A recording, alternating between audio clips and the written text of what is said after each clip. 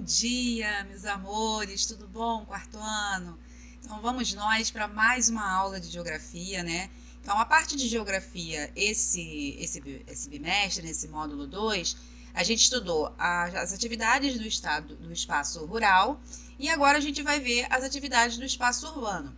Na outra aula, a gente vai ver a interdependência, ou seja, a integração entre esses dois espaços, tá? Então, hoje a gente vai falar um pouquinho sobre como que é as atividades econômicas, como que funciona a dinâmica lá na cidade, ou seja, na cidade grande. Então, seguindo aí o material de vocês, já na primeira página, né, a capa do capítulo, já mostra uma rua totalmente cheia, várias pessoas, não é? É uma rua bem movimentada e já vem com um pequeno resumo do que do que o capítulo propõe, né? Então, essas atividades do espaço urbano, que atividades são essas? Essas atividades que está sendo mostrada aqui, ó: indústria, comércio e prestação de serviços. Então, a gente tem que pegar o gancho lá quando a gente falou do outro capítulo, das atividades do espaço rural. A gente não falou de agricultura, pecuária, não é? O que é agricultura? Agricultura não é o cultivo das plantas? Pecuária não é o cultivo dos animais? Então, tudo isso está interligado. Por quê? Porque a indústria, quando a gente olha ali, né, no texto do livro falando de indústria e comércio, a indústria só consegue fazer os seus produtos a partir da matéria-prima. E a matéria-prima, ela vem da agricultura, da pecuária e do extrativismo. Então, está tudo interligado. A indústria vai receber a matéria-prima, né, para poder fazer os seus produtos. Então, a indústria é considerada o setor secundário. Aí vocês me perguntam, quem é o setor primário? Lá a agricultura e a pecuária, né? Porque é o setor que vai liberar a matéria-prima para que as indústrias e as fábricas consigam manusear e manipular e fazer os produtos. Depois que esses produtos estão prontos, o que vai acontecer? Vai ser liberado para o comércio. O comércio é onde vai ter a venda desses produtos. Então, são produtos de todo tipo, de toda origem. Produtos alimentícios, produtos de beleza, produtos de material de construção, todo tipo de produto, né? Então, é vendido no comércio. Quando a gente fala de comércio, a gente tem que lembrar que são lojas, estabelecimentos que vendem coisas, tá? Então, assim, desde coisas assim de beleza, de estética, de restaurante, né, gastronomia, a parte de escolas, todo tipo de venda de algum serviço, né, de algum produto, é o comércio que faz. E do lado do comércio ali está escrito prestação de serviço. O que é prestação de serviço? São as pessoas que trabalham no comércio, né? Então, ou na indústria, enfim, elas prestam serviço para alguma empresa. O que é prestar serviço? Elas vendem a força do seu trabalho. Então, a atendente, né, de um hotel ou a atendente de uma loja, as pessoas que trabalham nessas indústrias ou no comércio estão prestando serviços, tá? Então, é a prestação de serviço que está mostrando aí que é o setor terciário, tá bom? Então, seguindo aí o capítulo, falando um pouco melhor da indústria, a indústria que vem mostrando ali na imagem, né? Ali está mostrando uma indústria têxtil, ou seja, que faz tecidos. A indústria ela trabalha com matéria-prima, que eu já tinha falado antes. Então, essa matéria-prima ela é de todo tipo. Então, pode ser madeira, pode ser látex, pode ser vindo do petróleo, né, plástico, pode ser todo tipo, tecidos, papéis, todo tipo de matéria-prima. E aí a gente vai no mercado, vai nas lojas e a gente encontra os produtos que nós precisamos adquirir, né, os produtos que fazem parte da nossa vida, da nossa dinâmica, da nossa sociedade. Então, está falando muito sobre isso. Ó. Então, desde a parte de alimentos até a parte de coisas mesmo, nossas, móveis, enfim, tudo. O comércio, está falando aquilo que eu já disse, consiste na compra, né, e venda de mercadorias. Então, o comércio serve para isso. Então, mercados, lojas, todo tipo de estabelecimento. Ó, restaurantes, supermercados, feiras, tudo. Onde vende as coisas é comércio. E a prestação de serviços, né? São as pessoas que trabalham. Então, todos os profissionais. Então, são engenheiros, professores, bancários, médicos, dentistas, atendentes, pedreiros, tudo. Pessoas que trabalham vendendo a força do seu trabalho, vendendo a força do seu conhecimento, né? Em troca do seu salário. Crescimento das cidades e problemas urbanos. Então, as cidades, né, crescem muito rapidamente por causa da necessidade justamente de comércio e de indústria. Então, a gente já falou isso lá atrás no primeiro módulo, que quando ocorreu a ocupação, né, do Brasil, aquela coisa toda lá pelo Nordeste, pelo litoral, ao longo dos anos, a força de trabalho se tornou extremamente necessária. Até veio a parte da escravidão, que foram pessoas trazidas à força, né, da África para poder ser força de trabalho, para poder gerar os produtos.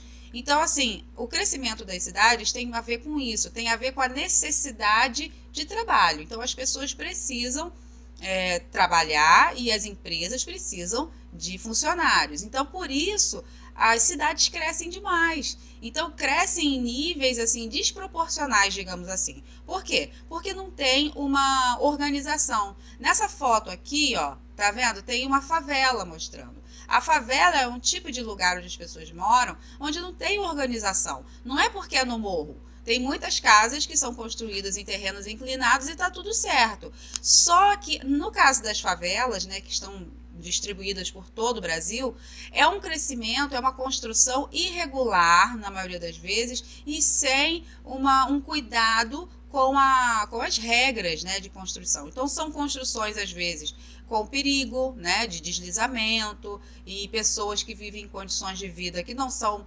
favoráveis, né, não têm um poder, né, econômico que possa dar uma qualidade de vida. Então, são lugares extremamente cheios, pequenos e com condições de vida não tão legais. Então, é um tipo de lugar, é uma característica da cidade grande. Por quê? As pessoas precisam ir para a cidade grande trabalhar, mas precisam morar também. Então, tem um crescimento rápido, a construção dessas casas que não são construídas corretamente, e aí acontece isso que a gente já sabe, vemos todos os dias na televisão, a gente conhece bem essa realidade, né? Do lado tem aqui ó, outra imagem muito comum, que são as filas, né? Não é só fila de você pagar uma conta. No caso daqui, é uma fila para posto de saúde, né? Para buscar atendimento. Do mesmo jeito, é o mesmo raciocínio. Tem muitas pessoas e tem poucos médicos e profissionais da saúde para dar conta daquela quantidade toda de gente. Então, isso também é um problema das cidades. Nunca tem uma quantidade de médicos e de pessoas que trabalham no setor da saúde, desde para fazer exames, atendimentos em geral, para dar conta de tantas pessoas assim. Então, gera o quê? Filas. Né? Às vezes acabam os números, não dá para todo mundo ser atendido, você precisa remarcar, e aí as consultas ficam cada vez mais espaçadas, você vai fazer uma solicitação, né? Vai fazer o pedido, e você só consegue no próximo mês. Por que acontece isso? Por causa da quantidade insuficiente de profissionais da saúde que não dão conta de tantas pessoas da cidade grande. Tá? Isso é um problema recorrente. Assim como tem outros problemas também que não são só vinculados à saúde. Muitas filas em lugares públicos, lugares onde a gente vê que o serviço não está sendo feito com qualidade, né, com rapidez, justamente por causa da quantidade grande de pessoas que tem para ser atendida, tá? Aqui, ó, vem mostrando outra situação, aquela situação de filas, né, de desemprego. Aqui nessa imagem, desse lado aqui em azul, está mostrando bem uma realidade das cidades grandes, que é o alto número de desemprego. Tá? Desemprego são pessoas que não estão trabalhando, não têm uma renda.